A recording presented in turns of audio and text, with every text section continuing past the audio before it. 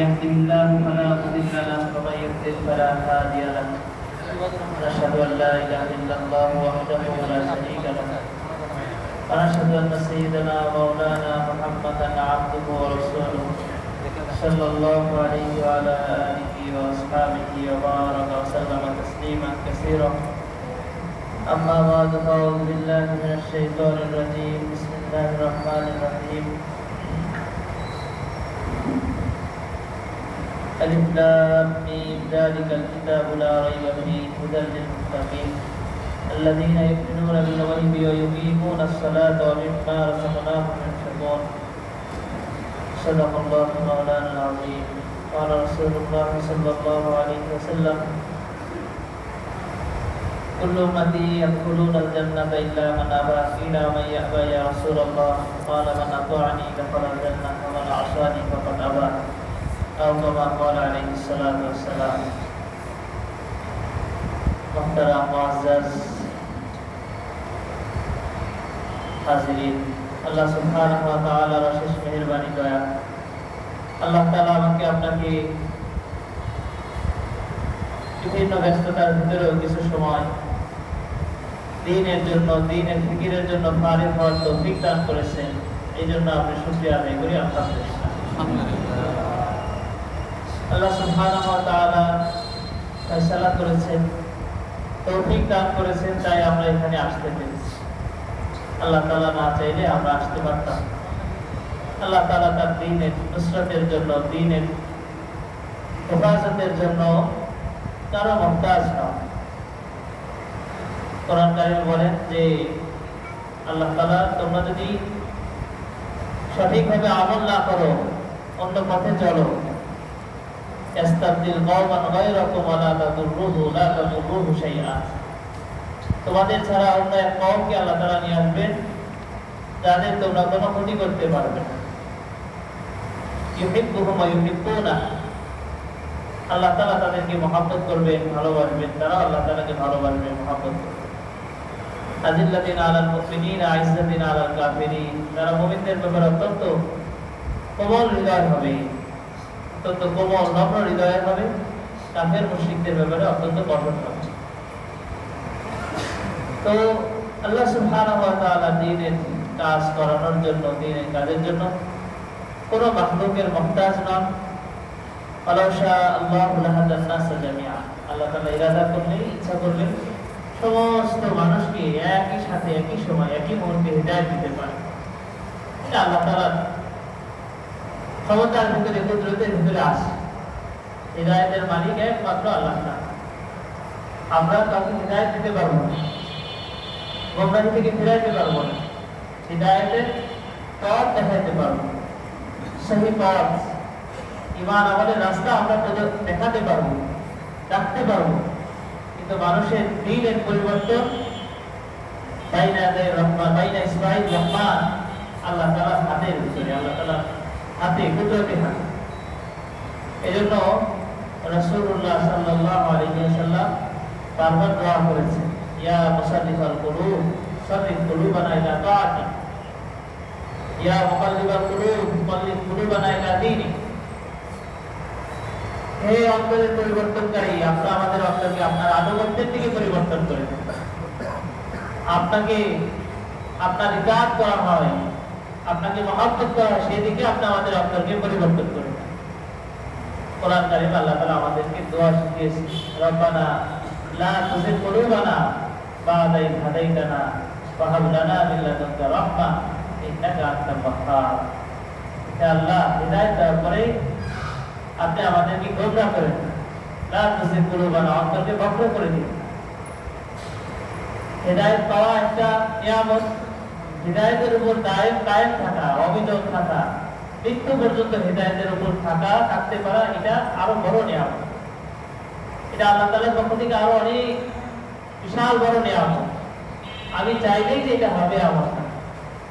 কত মানুষ এরকম কারগুজারি হয়তো আমার কাছে জানা আছে, আপনার কাছে জানা আছে, একটু খুঁজতেই পাওয়া যাবে।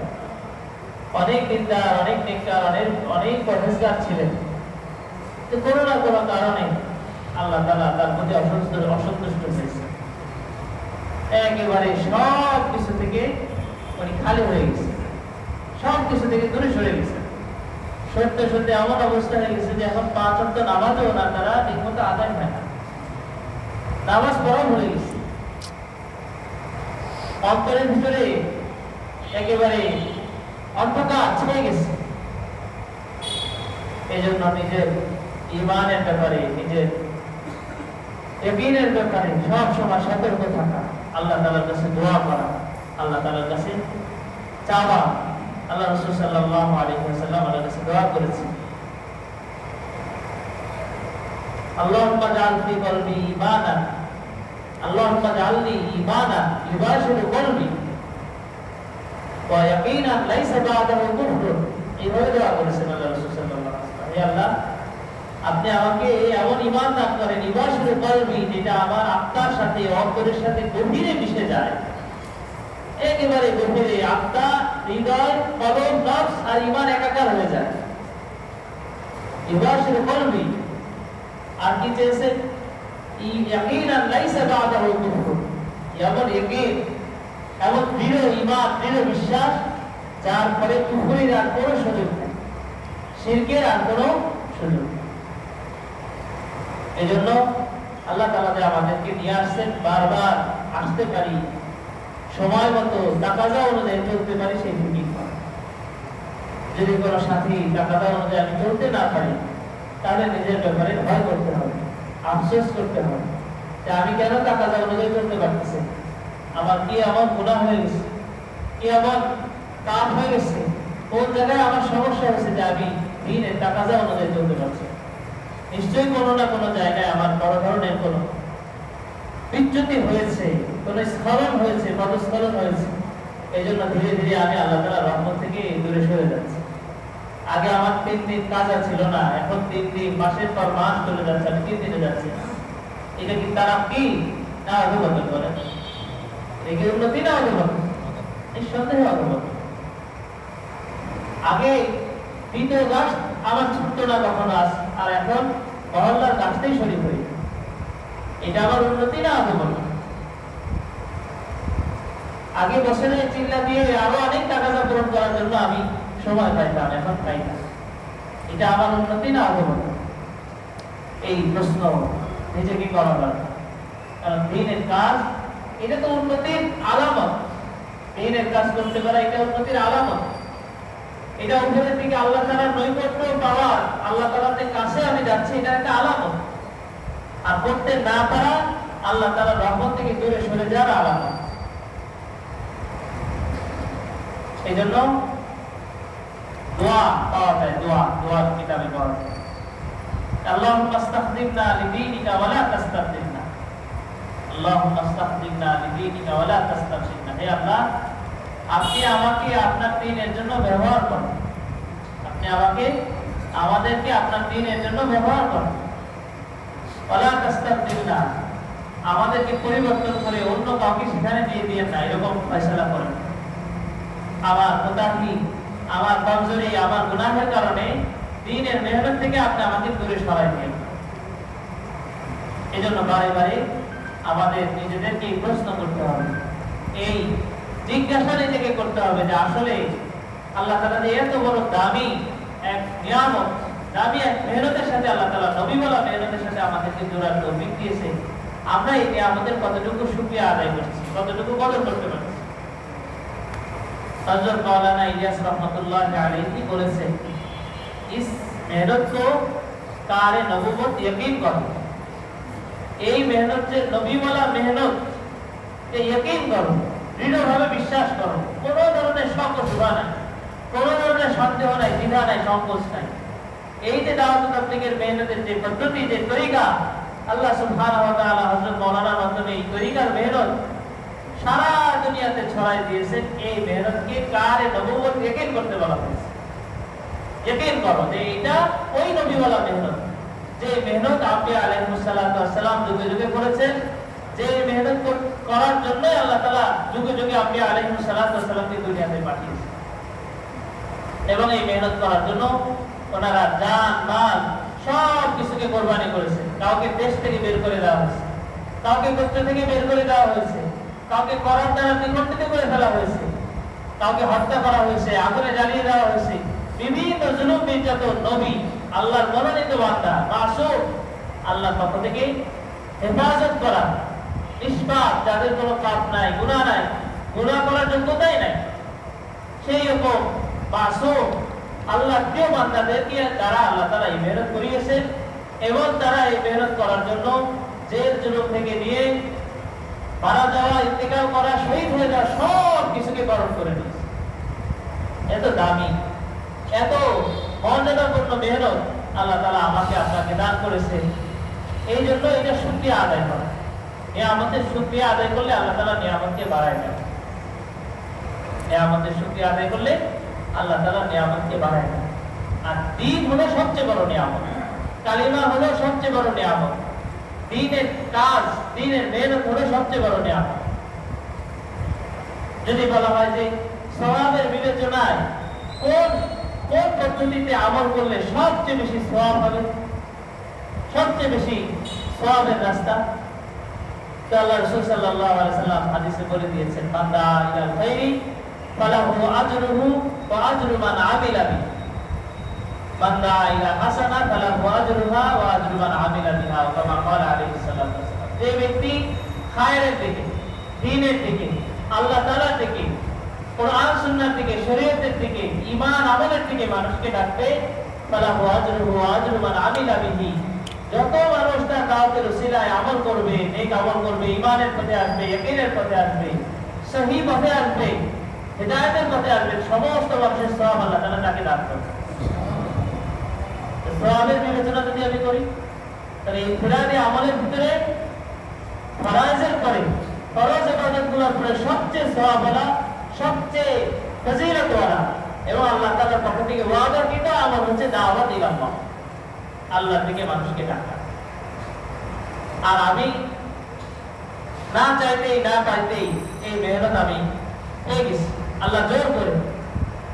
মাওলানা জুবাইর সাহেব বলছেন যে জোর করে তো আল্লাহ নিয়ে আসছে, যে মাঠে খেলাধুলা করতেছে, দূর থেকে তাবলীগওয়ালারা আসছে, পিছে দৌড়, একদিন, 2 দিন, 3 দিন দৌড়াইতেই আছে, একদিন ধরে ফেলছে, বলে ভাই চলো 5 মিনিটের জন্য মসজিদে চলো, 10 মিনিটের জন্য মসজিদে চলো, এই ধরে ধরে ধরে ধরে মাঠের থেকে, ঘাটের থেকে, ক্ষেতের থেকে, চাকরির ভিতর থেকে যান কত এরকম সময় অতিবাহিত হয়েছে।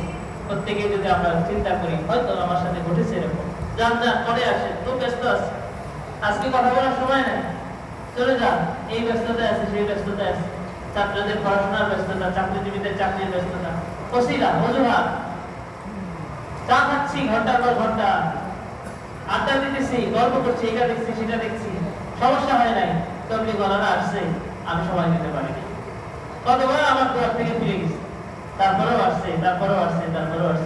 আল্লাহ তাআলা ওই মানুষগুলোকে লাগায় জোর করে আমাকে ধারে ধরে এই নিয়ামত আল্লাহ তাআলা আমাকে দিয়েছে, জোর করে দিয়েছে। বান্দা, আমি তোমাকে পছন্দ করি, তোমাকে মহব্বত করি, ভালোবাসি, আমি চাই তুমি আমার হও, আমি চাই তুমি দ্বীনের জন্য তোমার জান মালের কুরবানি করো। জোর করে আল্লাহ তাআলা এই নিয়ামত আমাকে আপনাকে দিয়েছে। যে একজন গরীব মানুষ, অসহায় মানুষ রাস্তা দিয়ে যাচ্ছে, আনপড় মূর্খ, আর একজন বড় জহুরি, অনেক বড় স্বর্ণ রূপার ব্যবসায়ী, তিনি ওই মানুষকে একটা হীরার টুকরা দিচ্ছে, এত বড়। তো বলে যে এটা দিয়ে আমি কি করবো, এটা দিয়ে আমি কি করবো? বলে রাখেন, কাজে আসবে। বলে হীরাও চেনে না, স্বর্ণও চেনে না। বলে এটা দিয়ে কি জমি কর্ষণ করা যাবে, কোন চাষাবাদ করা যাবে? বলে যে না, চাষাবাদ না, পুরা অনেক কিছু, পুরা দেশ এটা দিয়ে কিনে নেওয়া যাবে। তো যে উনি অতটাই মূর্খ, অতটাই অজ্ঞ, না না দরকার এটা দিয়ে। তখন ওই লোকটা বলে যে রাখেন তো চাচা, রাখেন, কাজে আসবে সময় মতো। জোর করে ওনার হাতে গুঁজে দিয়েছি, সেটা বাসায় নিয়ে হেফাজত করে রাখেন, আর যখন সময় হয় অভাবে পড়ে যাবেন, তখন কি কোন একজন ভালো জহুরি, ভালো স্বর্ণকার তাকে দিবেন, আপনার কাছে না। এটাকে বলে জোর করে দেওয়া। আমি বুঝতেছি না, আমি চাচ্ছিলাম না, আমি বুঝতে পারছিলাম না।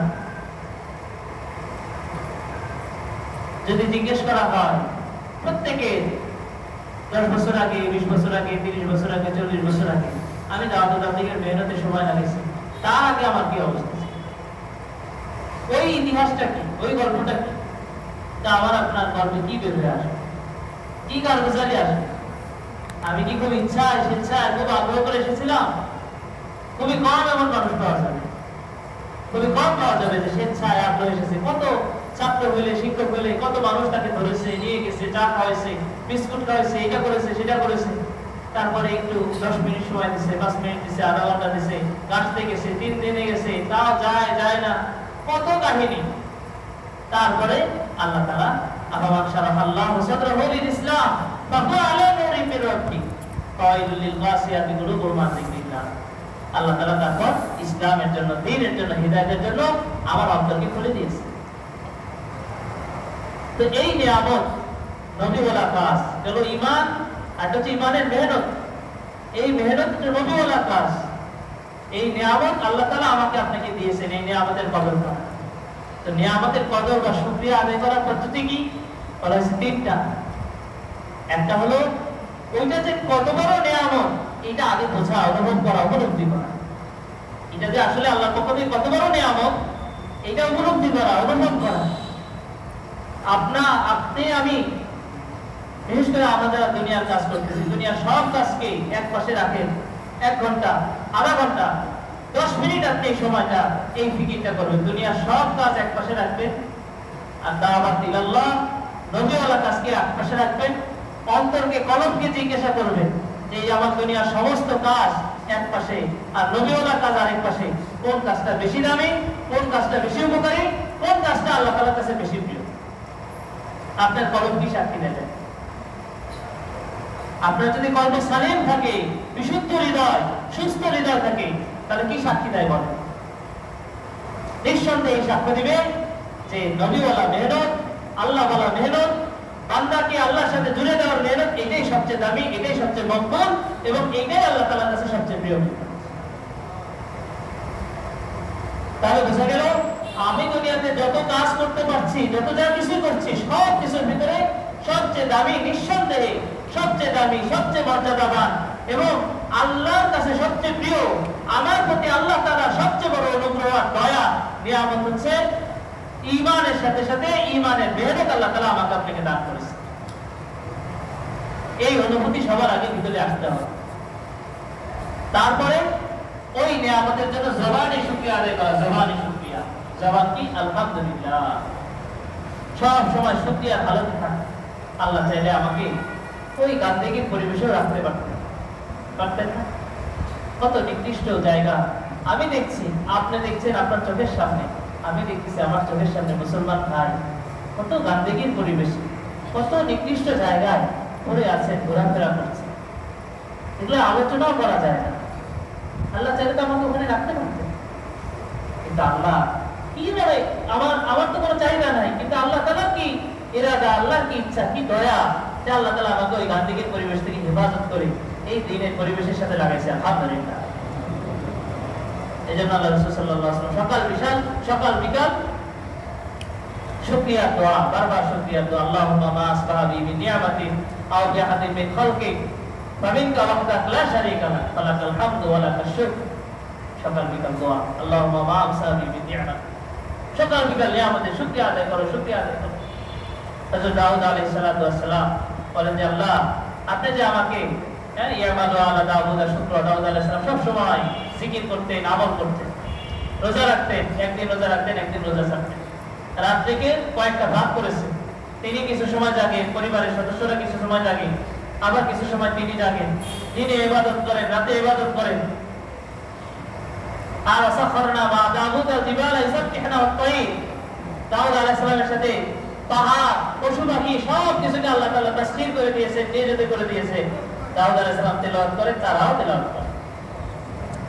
দাউদ আলাইহিস সালাম জাবুর পাঠ করেন, আসমানও জাবুর পাঠ করে, বাতাসে প্রতিধ্বনিত হয়, পাহাড় তার সাথে সাথে কোরআন করে, একই সাথে জাবুর পাঠ করে, পাখিরা শোনে, পাখিরা পাঠ করে। অত্যন্ত আমল করে বলা নবী। আল্লাহ তাআলা এক একজন নবীকে এক এক বৈশিষ্ট্য দান করেছেন। সব নবী, সকল নবী, আমাদের নবীজি সাল্লাল্লাহু আলাইহি সাল্লাম ছাড়া সকল নবী আল্লাহ তাআলার কাছে সমান মর্যাদা। কিন্তু কিছু কিছু দিক থেকে আল্লাহ তাআলা শ্রেষ্ঠত্ব দান করেছিলেন। তিলকা রাসূলুল্লাহ ফাদাল্লাহ বা'দাহুম আলা বা'দ মিনহুম মান কাল্লামাল্লাহ, কারোর সাথে আল্লাহ তাআলা তার কথা বলেছেন, কাউকে এই শ্রেষ্ঠত্ব দান করেছেন, ওই শ্রেষ্ঠত্ব দান করেছেন। তো দাউদ আলাইহিস সালামকে আল্লাহ তাআলা বিশেষ যে গুণ দান করেছিলেন, তিনি ছিলেন বুজুর্গ নবী, আমল করতে বলা নবী। সব সময় তিনি আমল করতেন, জিকির করতেন সর্ব অবস্থায়। সব সময় দাউদ আলাইহিস সালাম জিকির করতেন, আমল করতেন। তো দাউদ আলাইহিস সালাম আল্লাহ সুবহানাহু ওয়া তাআলাকে বলেন, আল্লাহ আমি আপনার নিয়ামতের কত শুকরিয়া আদায় করব, শুকরিয়া আদায় করে আলহামদুলিল্লাহ পাঠ করব। এই তৌফিকও তো আপনি আমাকে দিয়েছেন, এইটাও তো শুকরিয়া আদায় করতে হবে। দুইবার আলহামদুলিল্লাহ পাঠ করতে পারলাম, এই তৌফিকও তো আপনি দিয়েছেন, কিন্তু এবার আবার আলহামদুলিল্লাহ পাঠ করতে হবে। এইভাবে যদি আমি শুকরিয়া আদায় করতে থাকি, শুকরিয়া আদায় করার নিয়ামতও আপনি দিয়েছেন, মৃত্যু পর্যন্ত শুকরিয়া আদায় করতে থাকলেও আপনার নিয়ামতের শুকরিয়া আদায় করে শেষ করা যাবে না। এটা হলো ইহসাস। আল্লাহর নিয়ামতের আমি কতটুকু শুকরিয়া আদায় করি, কোন অনুভূতিতে শুকরিয়া আদায় করি। আমি নিয়ামতের শুকরিয়া আদায় করি যেদিন খুব সুন্দর খাওয়া দাওয়া হলো, সেদিন ভিতর থেকে আলহামদুলিল্লাহ। আর যেদিন একটু খাওয়া দাওয়া দুর্বল, সেদিন পুরোটা এরকম খাইলাম কি আছে, পেটটা ভরলো না, জিহ্বায় লাগলো না, জিহ্বাটা একটু কেমন কেমন খসখস করছে। আমাদের শুকরিয়ার অবস্থা। যেদিন আহলিয়ার তরকারিটা খুব স্বাদ হয়, আলহামদুলিল্লাহ। যেদিন একটু লবণ বেশি হয়, শুকরিয়া তো নাই, না বান্দার শুকরিয়া আছে না আল্লাহর শুকরিয়া আছে, দুইটাই শেষ। এই বাজারে যে 10 বছর 20 বছর 50 বছর সুন্দর রান্না করতেছে, সেই শুকরিয়াও শেষ। বাস ওই একদিনে সব শুকরিয়া শেষ। আলহামদুলিল্লাহ থেকে আসে ভালো জিনিস যেগুলো একেবারেই খুব সুন্দর, খুব ভালো, খুব মনের মতো, তখন আলহামদুলিল্লাহ বলি।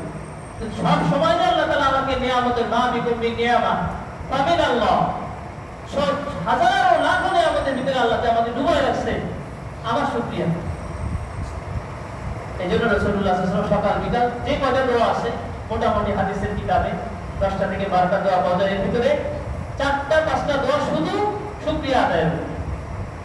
আমি কি সকাল সন্ধ্যা দোয়া করি? কয়জন করি কিনা? কেন করি না? তা আমরা যে মেহনত করতেছি, এই মেহনতের কি মাকসাদ? মেহনতের মাকসাদ তো জিন্দেগি রাসূল সাল্লাল্লাহু আলাইহি ওয়াসাল্লাম তরিকা ওয়ালা হয়ে যায়, আমল ওয়ালা হয়ে যায়, ঈমান ওয়ালা হয়ে যায়। যে ব্যক্তি আল্লাহ তাআলার দেওয়া নিয়ামতের শুকরিয়া আদায় করবে, যদি সেটা দুনিয়াবি নিয়ামত হয়, আল্লাহ তাআলা সেই নিয়ামতের হিসাব গ্রহণ করবেন না। আল্লাহ তাআলা সেই নিয়ামতের হিসাব গ্রহণ করবেন না। কত শুকরিয়া আদায় করা দরকার। আল্লাহ সুবহানাহু ওয়া তাআলা আমাকে যে দাওয়াত তাবলীগের মধ্যে এরকম দামি মেহনত দিয়েছে, এই নিয়ামত দিয়েছে, এই জন্য শুকরিয়া আদায় করা চাই। আর তৃতীয় কাজ হলো এই নিয়ামতের যে হক আছে, যেইভাবে ব্যবহার করলে সেই নিয়ামতের হক আদায় হয়, সেইভাবে ওই নিয়ামতকে ব্যবহার করা। আল্লাহ তাআলা খানা দিয়েছে, তো প্রথমে তো আমি দেখবো যে এটা খানা, খাদ্য, এটা আল্লাহ তাআলার নিয়ামত। দ্বিতীয় কাজ হচ্ছে ওই নিয়ামতের শুকরিয়া আদায় করবো, আলহামদুলিল্লাহ। তৃতীয় কাজ, খাবারটা ফেলে দিব, রাস্তায় ফেলে দিব, ড্রেনে ফেলে দিব, এটা তৃতীয় কাজ। ওই খাবারটাকে নিজে খাওয়া অথবা যে খেতে পারে তাকে দিয়ে দেওয়া, নষ্ট না করা। এটা হলো নিয়ামতের শুকরিয়া। তো দাওয়াত তাবলীগের মেহনতের এই নিয়ামতের শুকরিয়া কি? এই নিয়ামতের শুকরিয়া হলো বেশি থেকে বেশি এই নিয়ামতের কাজ করতে থাকা, এই মেহনত করতে থাকা, এটা হলো এই নিয়ামতের শুকরিয়া। এই জন্য নিজেকে খুব প্রশ্ন করা দরকার যে আল্লাহ তাআলা যে আমাকে আপনাকে এত বড় নিয়ামত দান করলেন, তা চাইতেই দিলেন, জোর করে দিলেন, একেবারে ঘাড় ধরে নিয়ে এসে দিলেন। আমি কি প্রতিদিন, প্রতি সপ্তাহে, প্রতি মাসে এই নিয়ামতের দিকে আগে বাড়ছি না নিচের দিকে নামছি? এইটা ফিকির করা দরকার। আমার দৈনিক আমল ঠিক আছে কিনা, মশওয়ারার আমল, তালিমের আমল ঠিক আছে কিনা, সাপ্তাহিক কাস্তের আমল, সবগুজারির আমল ঠিক আছে কিনা, মাসিক 3 দিনের আমল ঠিক আছে কিনা, অন্যান্য টাকা আমি পুরো করছি কিনা, বার্ষিক আমার চিল্লার আমল ঠিক আছে কিনা, এইভাবে এই নিয়ামতের যাচাই করা দরকার। তাহলে ওয়াস্তাবদিল কওমান গায়রাকুম, আল্লাহ তাআলা নিয়ামত ছিনাই নেবে, আর তখন আমার কি মনে হবে জানেন? খুব ভালো আছি, মনে হবে খুব ভালো আছি, 3 দিনে যাওয়া লাগছে না, চিল্লায় যাওয়া লাগছে না, খুব ভালো আছে। আসলে ভালো না, ছুটতে ছুটতে ছুটতে ছুটতে আল্লাহ না করুক, তাহলে এমনও হয়ে যেতে পারে যে মৃত্যুর আগে আমার ঈমানটাই চলে গেছে। বহুত ঘটনা এরকম যে ওনাকে কেউ আর বলে না, 3 চিল্লারও তশকিল করে না, চিল্লারও তশকিল করে না, 3 দিনেরও তশকিল করে না। আলহামদুলিল্লাহ বলছে, ভালো হয়েছে, আমার কাছে আর কেউ আসে না। আগে জামাত আসলেই খালি আমাকে ধরতো, এখন এমন আমি কাহিনী করছি, এমন মানে করছি, আর আমার কাছে আসে না। খুব খুশি, এখন আর কেউ তশকিল করে না, 3 দিনে যাওয়া লাগে না, চিল্লায় যাওয়া লাগে না, কাশতে যাওয়া লাগে না। এই খুশি ভিতরে এমন অবস্থা হয়েছে যে উনি নামাজ পড়ে ছেড়ে দিয়েছে। চিল্লায় যাওয়ার পরে যে লেবাস, বেশভূষা, সুন্নতি বেশভূষা ছিল সব শেষ, সব একেবারে সাফাত। এই করতে করতে যে নামাজ ছেড়ে দেয়, ওলামা ইকরাম বলেছেন যে রাসূলুল্লাহ সাল্লাল্লাহু আলাইহি সাল্লাম বলেন যে বাইনাল কুফরি ওয়া বাইনাল ইসলাম as-সালাম, কুফর আর ইসলামের ভিতরে পার্থক্যকারী সীমারেখা হলো সালাত। আর যে ব্যক্তি ইচ্ছাপূর্বক নামাজ ছেড়ে দিল ফাকাদ কাফারা, সে কুফরি করল। কুফরি করার কি অর্থ? অনেক ওলামা ইকরাম বলেছে যে কুফরি করার অর্থ হলো, কিছু আলেম বলেছে কুফরি করার অর্থ হলো সে কাফের হয়ে গেছে, কিন্তু চূড়ান্ত কঠোর পর্যায়ে কাফের না। আর ওলামা ইকরাম যারা ব্যাখ্যা করেছেন সেই কাফের হয়েছে মানে কাফেরের মতো আমল করেছে। আরেকটা ব্যাখ্যা হলো নামাজ সাথে সাথে তার এমন অবস্থা হবে মৃত্যুর সময় ঈমান নসিব হবে, মৃত্যুর সময় ঈমান নসিব হবে। এই জন্য ভাই, আল্লাহ তাআলা যে আমাদেরকে ঈমান কাজে নিয়ে আসছে, আমাদেরকে মেহনত করার তৌফিক দান করেছে, এই জন্য শুকরিয়া আদায় করা, শুকরিয়া আদায় করে বেশি থেকে বেশি সময়, বেশি থেকে বেশি আমার জান মাল কিভাবে এই মেহনতে রাখতে পারে সেই ফিকির আমাকে আপনাকে করতে হবে। আল্লাহ সুবহানাহু ওয়া তাআলা দুনিয়াতে আমাদেরকে পাঠাইছেন হক আদায় করার জন্য। আল্লাহ তাআলা ইরশাদ করেন, ওয়া আতিকুল্লাযী হাক্কিন হাক্কা, তোমরা প্রত্যেক হকদারকে তাদের হক বুঝাই দাও। আল্লাহ তাআলা আমাদেরকে হক আদায় করার জন্য পাঠাইছেন। কিসের হক? হাক্কুল্লাহ, হাক্কুর রাসূল সাল্লাল্লাহু আলাইহি ওয়াসাল্লাম, হাক্কুল মাখলুকাত। এই তিনটা মৌলিক হক, আল্লাহ তাআলার হক, নবীজি সাল্লাল্লাহু আলাইহি ওয়াসাল্লামের হক এবং সমস্ত মাখলুকাতের হক। এই তিন হক যে আদায় করতে পারবে সে বিনা হিসাবে জান্নাতে যাবে। সুবহান। আর যে হক আদায়ের ক্ষেত্রে গরিবসি করবে, হক আদায় করবে না, সে প্রত্যেকটা ঘাটিতে প্রত্যেকটা জায়গায় ধরা খাবে, আল্লাহ তাআলার কাছে জবাবদিহিতার সম্মুখীন হবে, ফেরেশতাদের কাছে জবাবদিহিতার সম্মুখীন। এই হুকুক আদায় করার জন্য আমাদেরকে ফিকির করতে হবে। মাখলুকের কিছু হক আছে, আল্লাহ তাআলার কিছু হক আছে, যে হকগুলো আদায় না করা পর্যন্ত আমি প্রকৃত মুমিন মুসলমান হতে পারবো না। আমরা যে মেহনত করতেছি, দাওয়াত তাবলীগের মেহনত, তাজকিয়ার মেহনত, আল্লাহ বুজুর্গানে দ্বীনের কাছে যাই, কোথাও ওয়াজ মাহফিল হচ্ছে সেখানে যাচ্ছি, দ্বীনের কোনো প্রোগ্রাম হচ্ছে সেখানে যাচ্ছি, সব কিছুর মাকসাদ হচ্ছে আমাদের ভিতরে এই হক আদায়ের জিম্মাদারি, হক আদায়ের একটা দায়িত্ববোধ আমাদের ভিতরে চলে আসে। এই জন্য মেহনত। রাসূলুল্লাহ সাল্লাল্লাহু আলাইহি ওয়াসাল্লাম আল্লাহ তাআলার হক হিসাবে সাহাবায়ে কেরাম রাদিয়াল্লাহু আনহুকে জিজ্ঞাসা করেছেন যে মা হাক্কুল্লাহি আলা ইবাদিহি ওয়া মা হাক্কুল ইবাদি আলা আল্লাহ, বলো তো যে বান্দার উপরে আল্লাহর হক কি এবং আল্লাহর উপরে বান্দার হক কি? সাহাবায়ে কেরাম রাদিয়াল্লাহু আনহুম আরজ করলেন, ইয়া রাসূলুল্লাহ, আল্লাহ ওয়া রাসূলুহু আ'লাম, আপনি ভালো জানেন, আল্লাহ ভালো জানেন, আমরা জানি না। রাসূলুল্লাহ সাল্লাল্লাহু আলাইহি সাল্লাম বললেন, হাক্কুল ইবাদি আলাল্লাহ আইয়াবুদুহু ওয়া লা ইউশরিকু বিহি শাইআ, বান্দার উপরে আল্লাহর হক হলো তারা একেবারে এককভাবে শুধুমাত্র আল্লাহ তাআলার ইবাদত করবে, তার সাথে কোনো কিছুকে শরীক করবে। এটা হচ্ছে আল্লাহর হক।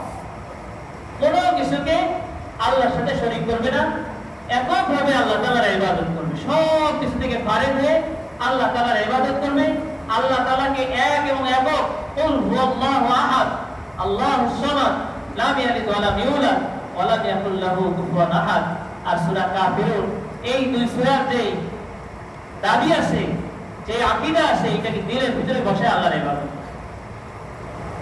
সূরা ইখলাস, সূরাতুল ইখলাস অনেক ফজিলতপূর্ণ সূরা, অনেক দামি সূরা, অনেক ভারী সূরা।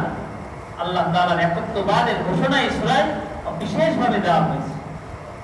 এজন্য যে ব্যক্তি সূরাতুল ইখলাস 3 বার পাঠ করবে সে যেন কোরআনের 1/3 অংশ তেলাওয়াত করে, সেই পরিমাণ সওয়াব আল্লাহ তাআলা তার আমলনামায় দেবেন। 3 বার পাঠ করতে কতক্ষণ লাগে? কয় মিনিট লাগে?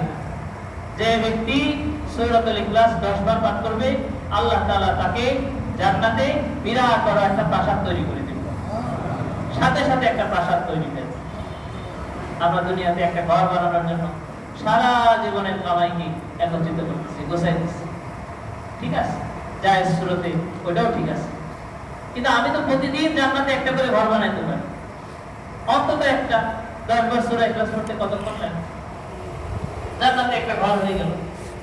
360 দিনে 360টা প্রাসাদ, 20 বার করে হলে কতগুলো বলে?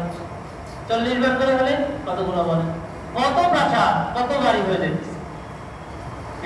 ইয়াকিনের সাথে আমল করা। সূরাতুল ইখলাস, কুল হুয়াল্লাহু আহাদ, আল্লাহ এক এবং একক, আল্লাহুস সামাদ, আল্লাহু মুতাবিক, লাম ইয়ালিদ ওয়া লাম ইউলাদ, তিনি কাউকে জন্ম দেননি, কারো থেকে তিনি জন্মগ্রহণ করেননি, ওয়া লাম ইয়াকুল লাহু কুফুয়ান আহাদ, তার কোনো সমকক্ষ নেই, সাদৃশ্য নেই। একজন সাহাবী নামাজে প্রথম রাকাতেও সূরা ইখলাস পড়েন, দ্বিতীয় রাকাতেও পড়েন, সবসময় সূরা ইখলাস পড়েন। রাসূলুল্লাহ সাল্লাল্লাহু আলাইহি ওয়াসাল্লামকে এই অভিযোগ করা হয়েছে, ইয়া রাসূলুল্লাহ, সাহাবী সব সময় নামাজে খালি সূরা ইখলাসই পড়তে আসে। আল্লাহ রাসূল সাল্লাল্লাহু আলাইহি ওয়াসাল্লাম বললেন যে তাকে ছেড়ে দাও, তার সূরা ইখলাসের বারবার তেলাওয়াত তাকে জান্নাতে নিয়ে যাবে। সে আগে থেকে তেলাওয়াত করছে একটা সূরা, সূরাতুল ইখলাস। যত বাতিল দল আছে, যত বাতিল ধর্ম আছে, সব ধর্মের যত বাতিল আকীদা আছে, সব আকীদাকে এই একটা সূরায় খণ্ডন করা হয়েছে। আজব জিনিস, এটা বোঝাতে গেলে, তাফসীর করতে গেলে লম্বা সময় লাগবে। যত বাতিল ধর্ম আছে আর ধর্মগুলো যেভাবে বাতিল হয়েছে, আর যত বাতিল দর্শন আছে আল্লাহ কেন্দ্রিক, সবগুলো বাতিল দল, বাতিল ধর্ম, বাতিল দর্শন, এই সব কিছুর উত্তর আল্লাহ সুবহানাহু ওয়া তাআলা কিয়ামত পর্যন্ত এই এক সূরার ভিতরে দিয়ে দিয়েছে। এরকম ভারী সূরা, কত সূরা, কত ধর্ম সমৃদ্ধ সূরা। এই ইখলাসের সাথে আল্লাহর ইবাদত করা, ইখলাস সূরাতুন নামই দেওয়া হয়েছে সূরাতুল ইখলাস, মানে এখানে শিরক কুফরের কোনো অবকাশই নাই, নামই হয়ে গেছে সূরাতুল ইখলাস। ইখলাস মানে তো শিরকের বিপরীত, শিরকে খাফি, রিয়া, এর বিপরীত হলো ইখলাস। ইখলাস মানে ঈমান, ঈমানের অন্যতম দাবি, অন্যতম গুরুত্বপূর্ণ বিষয় হচ্ছে আনতা আবুদাল্লাহ কান্নাকা তারাহু ফাইন লাম তাকুন তারাহু ফাইন্নাহু ইয়ারাক। এমন ভাবে তুমি আল্লাহর ইবাদত করো, উপাসনা করো, আল্লাহর ইবাদত করো যে তুমি তাকে দেখছো, আল্লাহকে দেখছো। সেটা যদি না করো তাহলে এমন ভাবে ইবাদত করো যে আল্লাহ তোমাকে দেখতেছেন। এইটাই হলো ইখলাস, এইটাই হলো ইহসান, এটা হলো ঈমানের গুরুত্বপূর্ণ বিষয়। তো এই জন্য যে ব্যক্তি এই শিরক মুক্ত ভাবে আমল করে, শিরক দুই ধরনের শিরক, শিরকে জালি, বড় ধরনের শিরক, আল্লাহ ছাড়া গায়রুল্লাহর কোন ধরনের ক্ষমতা, কোন ধরনের প্রভাব, কোন ধরনের কুদরত, কোন কিছুকে মেনে না, এটাকে বলা হয় শিরকে জালি, বড় শিরক। যেটাকে বলা হয়েছে ইন্না শিরকা লাযুলমুন আযীম, সবচেয়ে বড় শিরক হচ্ছে এই, সবচেয়ে বড় জুলুম হচ্ছে শিরক করা। সাহাবায়ে কেরাম রাদিয়াল্লাহু আনহু রাসূল সাল্লাল্লাহু আলাইহি ওয়াসাল্লাম বললেন, ইয়া রাসূলুল্লাহ, আমাদের কে আছে যে নিজের উপরে জুলুম করে না? যে সামান্য জুলুম করবে আল্লাহ তাআলা তাকে ক্ষমা করবেন না, তাহলে আমরা সবাই তো ক্ষমার বাইরে রয়ে যাব। রাসূলুল্লাহ সাল্লাল্লাহু আলাইহি ওয়াসাল্লাম সান্ত্বনা দিলেন, বললেন যে না, এই জুলুম না। আল্লাহর পক্ষ থেকে আয়াত চলে আসছে, ইন্না শিরকা লাযুলমুন আযীম, শিরক হচ্ছে সবচেয়ে বড় জুলুম। তো গায়রুল্লাহ, আল্লাহ ব্যতীত কোনো কিছুর ভিতরে কোনো ক্ষমতা, কোনো প্রভাব, কোনো আসর, কোনো ধরনের কুদরত, কোনো ক্ষমতা আছে এটা মেনে নেওয়া, এইটা মনে মনে বিশ্বাস করা, এটা হচ্ছে বড় শিরক। এই বড় শিরক থেকে বাঁচতে হবে। সমস্ত ক্ষমতার মালিক একমাত্র আল্লাহ।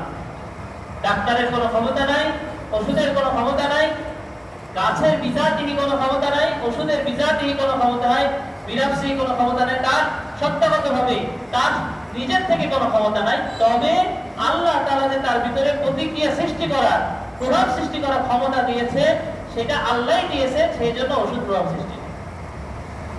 এই জন্য অসুস্থ হলে প্রথম ঈমানদারের দিল যাবে আল্লাহর দিকে, সালাতের দিকে, নামাজের দিকে, সবরের দিকে, দান সদকার দিকে, এরপরে ডাক্তারের দিকে। ঈমানের মেহনতের টাকা যায় এটা, যে সবার আগে আমার দিল কই যাবে? আল্লাহর দিকে, আল্লাহর কুদরতের দিকে যাবে। একমাত্র সেবা দানকারী, সুস্থতা দানকারী কে? কত ঘটনা ডাক্তার যারা আছে তাদের কাছ থেকে শুনে। শাইখুল ইসলাম তাকে ওসমানী বলেন, আমার সাথে একজন ডাক্তারের কথা হচ্ছিল, বলে যে বলেন না গতকালকের ঘটনা, রাত্রেবেলা একজনকে বিদায় দিয়ে আসছে আমরা ডাক্তার মেডিকেল কর্তৃপক্ষ, যে একে নিয়ে যান, রাখলে রাখতে পারে, নিয়ে গেল নিয়ে যেতে চলবে না, শেষ। আরেকজন তার ব্যাপারে আমরা বলে আসলো যে উনি আলহামদুলিল্লাহ সুস্থ হয়ে গেছে, আপনারা চাইলে আজকেও নিতে পারেন, কালকেও নিতে পারেন। সকালবেলা গিয়ে দেখি যার ব্যাপারে আমরা মোটামুটি দুনিয়া থেকে চলে যাওয়ার প্রিপারেশন নিতে বলা হয়েছিল, প্রস্তুতি নিতে বলা হয়েছিল, সেই লোকটাই বেঁচে আছে। আর যাকে বলা হয়েছিল আপনি ইনশাআল্লাহ হায়াত পাবেন, সুস্থ হয়ে গেছে, ওই লোককে আল্লাহ নিয়ে গেছে। একটা দুইটাতে ঘটনা না, হাজারো ঘটনা, লাখো ঘটনা। সুস্থতার মালিক কে? অসুস্থতার মালিক সব কিছুর মালিকানা, কুদরত, শিফা, সুস্থতা, অসুস্থতা, রিজিক, সমস্ত কিছুর একমাত্র মালিক আল্লাহ সুবহানাহু ওয়া তাআলা। এই কথাটি কি দিলের ভিতরে বসা। আর শিরকে খাফি, সেটা কি? মানুষকে দেখানোর জন্য আমল করা, এটা থেকেও বাঁচতে হবে। এটাকে শিরকে খাফি বলা হয়েছে। কালকে আমাদের ময়দানে কিছু মানুষ আমল নিয়ে আল্লাহ তাআলার সামনে হাজির হবে, তাদের ব্যাপারে বলা হবে যে হে আল্লাহ, ফেরেশতারা বলবে হে আল্লাহ, তার আমলনামার খাতায় অনেক আমল দেখা যাচ্ছে, অনেক আমল। আল্লাহ তাআলা বলেন তাকে অবনতি করে জাহান্নামে নিক্ষেপ করো। আল্লাহ তাআলার কাছে ফেরেশতারা প্রশ্ন করবে হে আল্লাহ, তার আমলনামার খাতায় তো আমরা আমল দেখতে পাচ্ছি, এই ফয়সালা কেন হলো? আল্লাহ সুবহানাহু ওয়া তাআলা বলবেন যে দুনিয়াতে সে যত নেক আমল করেছে একটাও আমার জন্য করে নাই, মানুষকে দেখানোর জন্য করেছে। এইজন্য তাদের কাছ থেকে প্রতিদান নিতে বলুন, তারা তো প্রতিদান দিতে পারবে না, সুতরাং তাকে অধমুখী করে জাহান্নামে নিক্ষেপ করবে। এইজন্য আমার নামাজ, ইন্না সালাতি ওয়া নুসুকি ওয়া মাহইয়ায়া ওয়া মামাতি লিল্লাহি রাব্বিল আলামিন, একমাত্র আল্লাহর, সমস্ত ইবাদত সবকিছু তার জন্য, আল্লাহর জন্য। তিন চিল্লাকার জন্য আল্লাহর জন্য, চিল্লাকার জন্য আল্লাহর জন্য, তিন দিনকার জন্য, সবকিছু আল্লাহর জন্য। আমি শেষ ধরছে 3 দিনে না গেলে কেমন হয়? সারবে না তো এই লোক, খুশি হবে ঠিক। চিল্লায় যদি বছরে একবার না যায়, মানুষ কি বলবে? তবলিগের সাথে চিল্লাই যায় না, ঠিক আছে ভাই, আপনার তো চিল্লা হইলই, তো নিয়তটা কি হইল? চিল্লা তো হয়ে গেছে, কোরবানির সাথে জানমাল খরচ করে চিল্লা দিয়ে আসলাম, কিন্তু ওই যে তবলিগের সাথে চিল্লায় না গেলে মানুষ কি বলবে? চিল্লাই যায়। ওটা কি আল্লাহর জন্য চিল্লা হলো? এজন্য বলছে আখাফু মিন দাবিবিন নাম, আখাফু মিন দাবিবিন নাম, যে পিঁপড়ার পায়ে পিঁপড়া চলছে এই আওয়াজ, পিঁপড়ার কথাতে একজন নবী শুনেছে, আর তো শোনা যায় না। পিঁপড়ার চলার আওয়াজ আপনারা কেউ শুনেছেন? আমি তো শুনি। পিঁপড়া চলার আওয়াজ যদি শোনা যায় সেটা ভিন্ন বিষয়, সেটা তো আওয়াজই নাই। বলে যে রিয়া, লোক দেখানির যে এই মানসিকতা, এটা পিঁপড়ার চলার আওয়াজ হতে পারে, এটার থেকেও সূক্ষ্ম, এটার থেকেও সূক্ষ্ম। তাহলে বাঁচার জন্য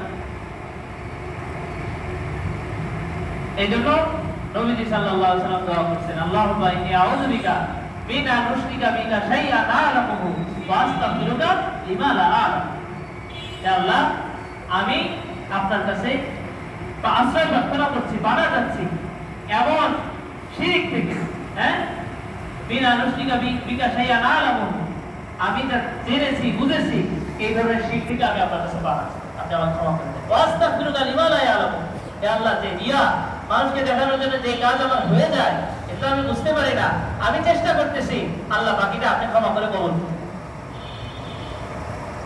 আমরা এই দোয়াগুলো শেখা দরকার। দোয়া আমাদের ওলামা একরাম বলেছেন, হযরত মাওলানা মনজুর নোমানী, ওনার একটা কিতাব আছে দ্বীন ও শরীয়ত নামে, যে কিতাবটা খুবই জরুরি, মানে মৌলিকভাবে ইসলামের সবগুলো বিষয়ের আলোচনা করেছে, অনেক সুন্দর। তো ওই কিতাবে উনি বলেছেন যে সাইয়েদুনা মুহাম্মদুর রাসূলুল্লাহ সাল্লাল্লাহু আলাইহি ওয়াসাল্লামকে যদি আল্লাহ তাআলা আর কোনো মুজিজা না দিতেন, কোনো মুজিজা নাই, তো তিনি নবী এবং এই মুজিজা হিসাবে তার এই দোয়াগুলোই যথেষ্ট হয়েছে। নবীজি সাল্লাল্লাহু আলাইহি ওয়াসাল্লাম যে দোয়াগুলো করেছেন, যেই জায়গায় যে মুহূর্তে যেই দোয়া করেছেন, সেই দোয়াগুলোই তার নবুয়তের সবচেয়ে বড় আলামত, সবচেয়ে বড় যে প্রমাণ, এইটাই এই দোয়াগুলো যথেষ্ট ছিল প্রমাণ হিসেবে, এবং এগুলোই মুজিজা হিসাবে যথেষ্ট ছিল। কারণ কারণ পৃথিবীর যত বড় জ্ঞানী হোক এইরকম ভাবে কেউ দোয়া করতে পারবে, এই ভাষায় দোয়া করতে পারবে। এবং যেখানে যেই দোয়া দরকার, যেই কথা দরকার, নবীজি সাল্লাল্লাহু আলাইহি ওয়াসাল্লাম সেখানে সেই কথাই বলেছেন। গবেষণা করে তার থেকে উত্তম কথা, তার থেকে আরো শ্রেষ্ঠ কোনো বাক্য বাণী কেউ বলতে পারবে না। দোয়া আল্লাহুম্মা বিসমিকা আমানতু ওয়া আহয়া, এর থেকে শ্রেষ্ঠ কথা ঘুমানোর আগে আর কেউ গবেষণা করে বলতে পারবে না। আলহামদুলিল্লাহিল্লাযী আহইয়ানা বা'দা মা আমাতানা ওয়া ইলাইহি নুশুর, এর থেকে শ্রেষ্ঠ কথা আর কেউ গবেষণা করে বলতে পারবে না। সবাই একজন হয়ে গেল পারবে। গুফরানাকা আলহামদুলিল্লাহিল্লাযী আযহাবা আন্নিল আযা ওয়া আফানি, টয়লেট করে বের হওয়ার পরে এর থেকে শ্রেষ্ঠ দোয়া, এর থেকে শ্রেষ্ঠ শুকরিয়া আর কেউ গবেষণা করে বলতে পারবে না। প্রত্যেকটা দোয়ার এত ভারত্ব, এত ভারী, এত ওজন। আমি আপনার চাইলে প্রতিদিন অন্তত একটা দোয়া শিখতে পারি, বলেন শিখি। কত দোয়ার বই, কত দোয়া। যেন হাকিম মোহাম্মদ আশরাফ আলী থানভী রাহমাতুল্লাহ আলাইহি মুনাজাতে মকবুল লিখে দিয়েছেন, পড়ো 7 দিন 7টা মসজিদ পড়ো। আল্লাহু আকবার, একটা দোয়া কি গভীর অর্থ, কি সুন্দর। মানে পড়লেই ভিতরে ঈমান জেগে যায়, অর্থটা দেখলেই ভিতরে ঈমানের একটা আবহ, ঈমানের একটা অনুভূতি, একটা আবেগ সৃষ্টি হয়। মুনাজাতে মকবুল অর্থগুলো পড়ে দেখেন কেমন। ব্যক্তিগত জিন্দেগি হওয়া সব কিছু সমন্বয় হলে তখন না আমি আমার এই মেহনত, আমার এই চলাফেরা, সব কিছু তখন যাবে। এই জন্য রাসূলুল্লাহ সাল্লাল্লাহু আলাইহি ওয়াসাল্লাম দোয়া করেছেন, আল্লাহুম্মা ইন্নী আউযু বিকা মিন আন উশরিকা বিকা শাইআন আ'লামুহু ওয়া আস্তাগফিরুকা লিমা লা আ'লাম। কিসের দোয়া এটা? শিরকে খাফি থেকে বাঁচার দোয়া, রিয়া থেকে বাঁচার দোয়া, আল্লাহ তাআলার কাছে আমল মকবুল হওয়ার দোয়া। তো এই দুই শিরক থেকে যে বাঁচতে পারবে, বড় শিরক এবং ছোট শিরক, আল্লাহ রাসূল সাল্লাল্লাহু আলাইহি ওয়াসাল্লাম বলেন যে আল্লাহর উপরে বান্দার কি হক। আগে তো বললো বান্দার উপরে আল্লাহর কি হক, বান্দার উপরে আল্লাহর কি হক, তার সাথে সব ধরনের শিরক থেকে বাঁচা, বেঁচে ইবাদত করা। আর এই অবস্থায় আল্লাহর উপরে বান্দার কি হক, আল্লাহ রাসূল সাল্লাল্লাহু আলাইহি ওয়াসাল্লাম বলেন আল্লাহ ইউআযিবা মান লা ইউশরিকু বিহি শাইআ ওয়া ইয়াগফির লাহু, কামা ক্বালা, যে আল্লাহ তাআলা যে আল্লাহর সাথে শিরক করবে না, আল্লাহর উপরে তা হক হয়ে যায়, আল্লাহ হক করে নিয়েছে, নিজের উপরে এটা অবধারিত করে নিয়েছে, তার জিন্দেগীর সমস্ত গুনাহ আল্লাহ ক্ষমা করবে। সুবহানাল্লাহ। সাহাবী বলেন ইয়া রাসূলুল্লাহ, আমি কি সুসংবাদ মানুষকে দিব? বলে খবরদার দিও না, সব আমলটা সব ছাড়ে দিও। এই ধরনের বহু হাদিস আছে, যে হাদিসগুলোতে নবীজি সাল্লাল্লাহু আলাইহি ওয়াসাল্লাম বলেছেন মান ক্বালা লা ইলাহা ইল্লাল্লাহ দাখালাল জান্নাহ, যে লা ইলাহা ইল্লাল্লাহ দিল থেকে বলল সে জান্নাতে প্রবেশ করবে। সাহাবী বলেন ইয়া রাসূলুল্লাহ, আমি কি এটা বলে দেব সবাইকে? আরে এখন বলো না, বললে মানুষ আমল ছেড়ে দিবে, পরবর্তীতে মৃত্যুর আগে, ইন্তেকালের আগে ইলম কবুল করার গুনাহ হবে। এইজন্য সাহাবী সেই হাদিসটা বর্ণনা করেছেন। তবে এই হাদিসগুলোর ব্যাখ্যাও আছে, ওলামায়ে কেরাম বলেছেন যে ব্যক্তি ঈমান ছিল, আমল ছিল, সবই ঠিক ছিল, মাঝে মাঝে গুনাহ করেছে বা ভালোভাবে আমল করে নাই, সে একেবারে আলবাত্তা পুরোপুরি ভাবে জাহান্নামী হয়ে যাবে না। কোনো না কোনো সময় তার ঈমানের ওসিলায় আল্লাহ তাআলা তাকে জাহান্নাম থেকে মুক্তি দান করবেন, তাকে জান্নাত দান করবেন। এইটা হচ্ছে এই হাদিসের অর্থ। আল্লাহ তাআলা আমাদেরকে ঈমানের দৌলত, ঈমানের এই যে এত বড় একটা সম্পদ আল্লাহ তাআলা দান করেছেন, কত শুকরিয়া আদায় করেন। এই ঈমানকে বাড়ানো, ঈমানের তাকাজাগুলা, ঈমানের যত দাবি আছে সেগুলো পূরণ করার জন্য মেহনত করা। দ্বিতীয় বিষয় কি? দ্বিতীয় বিষয় হচ্ছে মুহাম্মদুর রাসূলুল্লাহ সাল্লাল্লাহু আলাইহি ওয়াসাল্লামের যে হুকুম আছে সেই হক আদায় করা। আল্লাহ তাআলা তো প্রত্যেককে তার হকের কথা কিয়ামতের ময়দানে জিজ্ঞেস করবে। নবীজি সাল্লাল্লাহু আলাইহি ওয়াসাল্লামের হক, নবীজির হক হলো প্রথম হক আল্লাহ নবীকে বিশ্বাস করতে হবে, ঈমান আনতে হবে, পুরোপুরি ভাবে ঈমান আনা। অপবিত্র জামিআ আহকামি, যত যা কিছু বলেছেন, যেভাবে বলেছেন সেইভাবেই সেইটাকে বিশ্বাস করা, এইটাকে বলা হয় ঈমান, নবীজির প্রতি ঈমান। যুদ্ধের সময় পাথরে নবীজি সাল্লাল্লাহু আলাইহি ওয়াসাল্লাম বাড়ি দিচ্ছেন, সাহাবায়ে কেরাম বাড়ি দিচ্ছেন, ওখানে আলোর বিচ্ছুরণ হচ্ছে, আগুনের বিচ্ছুরণ হচ্ছে। সেই আগুনের ভিতরে রোম পারস্য তোমরা জয় করেছো, এটা আমি দেখতে পাচ্ছি। অথচ সেই খন্দক খনন করা হচ্ছিল কি অগ্রগামী আক্রমণ থেকে বাঁচার জন্য, দিফাই জিহাদ, ইকদামি জিহাদ থেকে বাঁচার জন্য খন্দক খনন করা হচ্ছে, পাথরে বাড়ি হচ্ছে। সাহাবায়ে কেরামের পেটেও পাথর বাঁধা আছে, রাসূলুল্লাহ সাল্লাল্লাহু আলাইহি ওয়াসাল্লামের পেটেও পাথর বাঁধা আছে। ওনারা পাথরে বাড়ি দিয়ে পাথর ভাঙছে, সেখান থেকে আলো বিচ্ছুরিত হচ্ছে।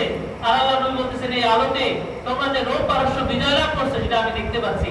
সাহাবায়ে কেরাম বলেন, ইয়া রাসূলুল্লাহ, একজন বলতেছেন যে ওই পারস্যের ওই রাজার একটা মেয়ে আছে, ইয়া রাসূলুল্লাহ আপনি ওনাকে আমাকে দিয়ে দেন। ইমান কোথায়? সামনে যেতে পারতেছে না, ফয়সালা হচ্ছে সামনে যাবে না। এইবার মদিনাকে সুরক্ষা করার জন্য খন্দক খনন করা হবে, এটাই যুদ্ধ। এবার পেটে খাবার নাই, পরনে পোশাক নাই। উনি বলছেন যে এই এই আলোতে দেখা যাচ্ছে তোমরা রোম পারস্য বিজয় লাভ করছো, বিশ্বাস করে নিলেন।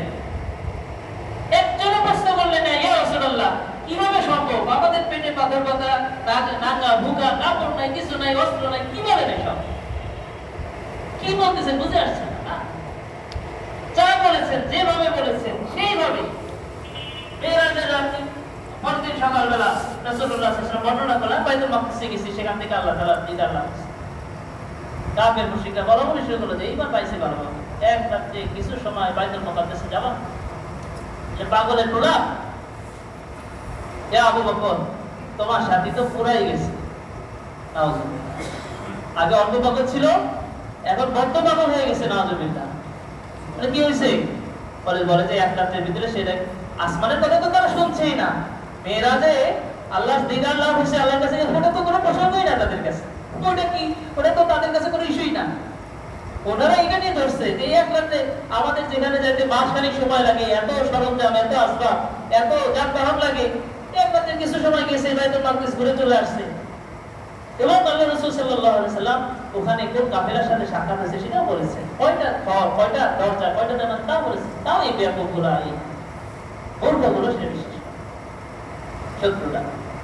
তো তারা আসে হযরত আবু বকর রাদিয়াল্লাহু আনহুকে খোঁজানোর জন্য যে এবার তোমার সাথে তো পুরোপুরি বর্তমান হয়ে গেছে। হযরত আবু বকর সিদ্দিক রাদিয়াল্লাহু আনহু বলেন, কি বলেছে? বলে যে এই কথা।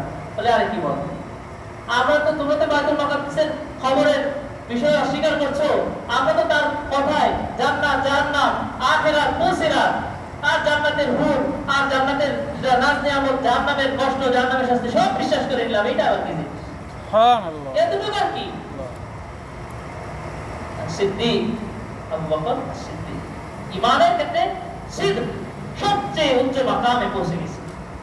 সিদ্দিকের মাকাম ভিতরে সব সুধা, কোন ধরনের সন্দেহ সংশয়ের কোনো অস্তিত্বই নেই, কিন্তু পরিমাণ কোন পরিমাণ অস্তিত্ব নাই। আবু বকরের হৃদয় কলব সিদ্দিক উপাধি পাই। এটা হলো ঈমান, তাসদীক মা জাআ বিহি নবী সাল্লাল্লাহু আলাইহি ওয়াসাল্লাম। যা কিছু আল্লাহ নবী সাল্লাল্লাহু আলাইহি ওয়াসাল্লাম নিয়ে আসছেন, যা বিস্তারিতভাবে নিয়ে আসছেন তা বিস্তারিতভাবে বিশ্বাস করা, যা সংক্ষিপ্তভাবে নিয়ে আসছেন তা সংক্ষিপ্তভাবে বিশ্বাস করা। ওইটার ভিতরে কল্যাণ, ওইটার ভিতরে দুনিয়া আখিরাতের কামিয়াবি, এবং ওইটার ভিতরে আল্লাহ তাআলা সন্তুষ্টি, এটা বিশ্বাস করা।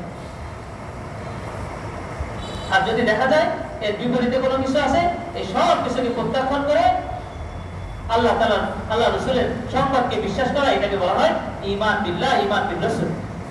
ঈমান তাজিম, রাসূলুল্লাহ সাল্লাল্লাহু আলাইহি ওয়াসাল্লামকে সম্মান করা, মহব্বত করা। সম্মান মহব্বত এটা হচ্ছে একটা তাকাজা। নবী সাল্লাল্লাহু আলাইহি ওয়াসাল্লামের প্রতি কি থাকতে হবে? পুরোপুরি সম্মান, পুরোপুরি মহব্বত থাকতে হবে। আমাদের বুজুর্গানে একটা কথা বলেছে, সেটা কি? বাদাস খুদা বুজুর্গ তুহি কিসসা মুখতাসার। আল্লাহর পরে আপনি শ্রেষ্ঠ। কথা শেষ, গল্প শেষ, সব শেষ, বলা শেষ। আল্লাহর পরে আপনি শ্রেষ্ঠ, এরপরে আর কোনো কথা নাই। যত জায়গায় আল্লাহ তাআলার নাম উচ্চারিত হয়েছে, সমস্ত জায়গায় নবীজির নাম উচ্চারিত হয়েছে। আতিউল্লাহ ওয়া আতিউর রাসূল, মাইয়ুতিল্লাহ ওয়া রাসূলাহ। 30 এর অধিক জায়গা কোরআন কারিমে যেখানে আল্লাহর ইতাআতের কথা বলা হয়েছে, সব জায়গায় রাসূলের ইতাআতের কথা বলা হয়েছে। আল্লাহ তাআলা কখনো কখনো তার সম্মান এইভাবে উচ্চ করেছেন যে আল্লাহর ইতাআতের কথা বলা হয় নাই, রাসূলের ইতাআতের কথা বলা হয়েছে। মাইয়ুতির রাসূল ফাকাদ আতা আল্লাহ ওয়া ইন তুতিউহু তাহতাদু। যে আল্লাহ রাসূলের ইতাআত করলো, সে আল্লাহর ইতাআত করলো। যদি তোমরা তার ইতাআত করো, তোমরা হিদায়াত পেয়ে যাবে। সারা দুনিয়াতে সময়ের পালাক্রমে, সময়ের আবর্তনে, সময়ের পরিবর্তনে নামাজের সময়, আজানের সময় একই না ভিন্ন? ভিন্ন। এখন এখানে রাজশাহীতে আজান হচ্ছে, যখন সব পৃথিবী ঘুরছে, তো আরেক জায়গায় তার 10 মিনিট পরে আজান হবে বা 5 মিনিট পরে আজান হবে, আরেক জায়গায় 5 মিনিট পরে আজান হবে, আরেক জায়গায় 5 মিনিট পরে আজান হবে। এইভাবে পুরো পৃথিবীতে আজান চলছে, কোনো জায়গায় আজান বাদ নেই। এটা গবেষণা। পুরো পৃথিবীতে মোটামুটি প্রতিটা ক্ষণে কি চলছে? এই আজানে আশহাদু আল্লা ইলাহা ইল্লাল্লাহ, আশহাদু আন্না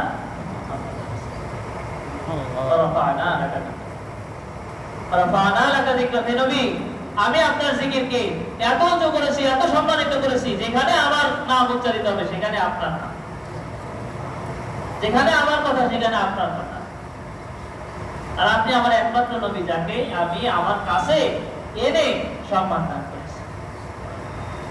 আল্লাযীনা আমানু বিহি ওয়া আযযারুহু ওয়া নাসারুহু ওয়াত্তাবাউ নূরাল্লাযী উনজিলা মা'আহু।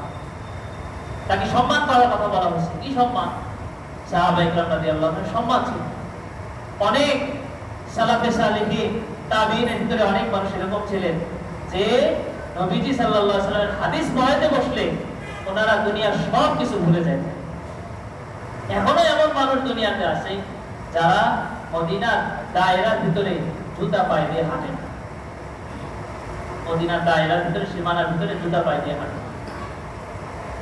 এখানে হযরত ইমাম আবু হানিফা রাহমাতুল্লাহ আলাইহি সম্পর্কে এরকম আছে যে উনি চলে যাচ্ছেন মদিনা ছেড়ে, তো উনি বা ওনার মতো কোন একজন ইমামের ব্যাপারে আছে, বলছে আপনি চলে যাবেন, আসলেন আর কিছুদিন থাকেন? বলে যে না, আমার পক্ষে আর সম্ভব না। প্রায় 20-25 দিন বা 30 দিন হয়ে গেছে এই মদিনাতে আমি প্রসাব পায়খানা করি না। সম্মান, রাসূলের সম্মানে উনি 20-25 দিন 30 দিন হয়ে গেছে মদিনাতে প্রসাব পায়খানা করেন। কিভাবে হয়েছে? না, কারণ আল্লাহ তাআলা তাকে তৌফিক দিয়েছে। এজন্য সম্মান। ওরওয়া এক কাফের নেতা ছিল, হুদায়বিয়া সন্ধির সময় তাকে সুলহ করার জন্য পাঠানো হয়েছে, খোঁজ খবর নিতে পাঠানো হয়েছে। পরে কাফের মুশরিকদের কাছে গিয়ে বলছে, আমি কায়সার কিসরার অনেক রাজা বাদশাদের দরবারে গেছি, কিন্তু মুহাম্মদ সাল্লাল্লাহু আলাইহি ওয়াসাল্লাম বলে নাই, মুহাম্মাদের অনুসারীরা তাকে যেভাবে সম্মান করেছে, যেভাবে সম্মান করে আমি জীবনে কোথাও দেখি। কিভাবে সম্মান করে? বলে যে মুখ থেকে থুতু পড়তে দেরি, তাদের সেটা লুফে নিতে দেরি হচ্ছে না, লুফে নিয়ে তাড়াতাড়ি হাতে গায়ে মাথায় বসে, অজুর পানি পড়তে দেরি, সেটা তুলে নিতে দেরি হইতেছে না। আর যখন কথা বলতেছে সবাই নিচের দিকে তাকিয়ে মনোযোগের সাথে, শ্রদ্ধার সাথে শুনতেছে। হযরত আনাস রাদিয়াল্লাহু আনহু বলেন যে আমি নবীজি সাল্লাল্লাহু আলাইহি ওয়াসাল্লামের খেদমত করেছি 10 বছর, আমাকে কখনো কি করেন নাই, আমাকে কখনো গালমন্দ করেন নাই, একটা বকাও দেন নাই। ওই আনাস বলছেন যে আমি রাসূলকে মহব্বত করেছি, ভালোবেসেছি, মহব্বত ছিল, কিন্তু তার আজমতে, তার শ্রদ্ধায় এত লম্বা সময় কখনো আমি চোখ ভরে তাকে দেখতে পারি না। চোখ ভরে যে তাকায় দেখবো সেটা হয় না। কি সম্মান, কি মর্যাদা! সম্মান লাগবে, আর কি লাগবে? মহব্বত লাগবে, ভালোবাসা লাগবে। সবচেয়ে বেশি মহব্বত কার হইতে হবে? আল্লাহ এবং তার রাসূলের মহব্বত। এইটা হচ্ছে দুনিয়া আখিরাতে আল্লাহর প্রিয় হওয়ার, নবীর প্রিয় হওয়ার এটা অন্যতম ওসিলা, মহব্বত। আর ইতাআত, নবীজি সাল্লাল্লাহু আলাইহি ওয়াসাল্লামের ইতাআত, ইত্তিবা। আজমত, সম্মান, মহব্বতের সাথে সম্পর্ক হচ্ছে ইতাআতের, আনুগত্যের। নবীজি যা কিছু বলেছেন, যা শরীয়ত হিসেবে বলা হয়েছে সবকিছুকে মেনে নাও, মাথার উপরে রাখা। আর কি করা? ইত্তিবা। ইত্তিবা মানে অনুসরণ করা, ইতাআত মানে আনুগত্য করা। ইত্তিবা মানে কি? ইত্তিবা এসেছে তাবিয়া থেকে। তাবিয়া বলা হয় ওই ধরনের পশুর বাচ্চাকে, উট বা গরুর সেই বাচ্চাকে, যেই বাচ্চা মায়ের পায়ে পায়ে চলে, যেই বাচ্চা মায়ের পায়ে পায়ে চলে, সেই পশুর সেই বাচ্চাকে তাবিয়া বলা হয়। তো তাবিয়া থেকে এসেছে ইত্তিবা। ইত্তিবা মানে বলেছেন বলেন নাই, করতে বলেছেন করতে বলেন নাই। নবীজি সাল্লাল্লাহু আলাইহি ওয়াসাল্লাম যা কিছু করেছেন, যেভাবে করেছেন, যেখানে করেছেন, যখন করেছেন, তা সেইভাবে করা, এইটাকে বলা হয় ইত্তিবা। যখন আমি আল্লাহর রাসূলের ইত্তিবা করব, তখন আল্লাহ তাআলা আমাকে ভালোবাসবেন, আমার জিন্দেগীর সমস্ত গুনাহকে কি করে দিবেন? ক্ষমা করে দিবেন। সাহাবী ইবনে আব্বাস রাদিয়াল্লাহু আনহু হজে যাচ্ছেন, এক জায়গায় গিয়ে বসলেন, বসে উঠে আসলেন। তো সবাই মনে করছে যে ওখানে তিনি জরুরত সারার জন্য গেছেন। বলে যে আপনি ওখানে কেন গেলেন? জরুরত সারার জন্য গেছেন। বলে যে না আমি জরুরি শান্তি দেয় নাই। কিসের জন্য? বলে যে আমি যখন রাসূলুল্লাহ সাল্লাল্লাহু আলাইহি ওয়াসাল্লামের সাথে হজ করেছি তখন তিনি এইখানে জরুরি সারার জন্য বসেছিলেন। তা আপনি তো জরুরি সারেন নাই। বলে আমি জরুরি সারার জন্য যাই নাই, নবীজি সাল্লাল্লাহু আলাইহি ওয়াসাল্লামের অনুসরণ করার জন্য আমি ওখানে বসেছি। শুধু অনুসরণ, ইত্তেবা করার জন্য। এটাকে বলা হয় ইত্তেবা। সব ক্ষেত্রে, খাওয়া ঘুম সব ক্ষেত্রে ইত্তেবা। আর ভাই রাসূলুল্লাহ সাল্লাল্লাহু আলাইহি ওয়াসাল্লামের অন্যতম গুরুত্বপূর্ণ হক হচ্ছে ওয়ানাসারু, আল্লাহ রাসূলের নুসরত করা, সাহায্য করা। নবীজির নুসরত কিভাবে হবে?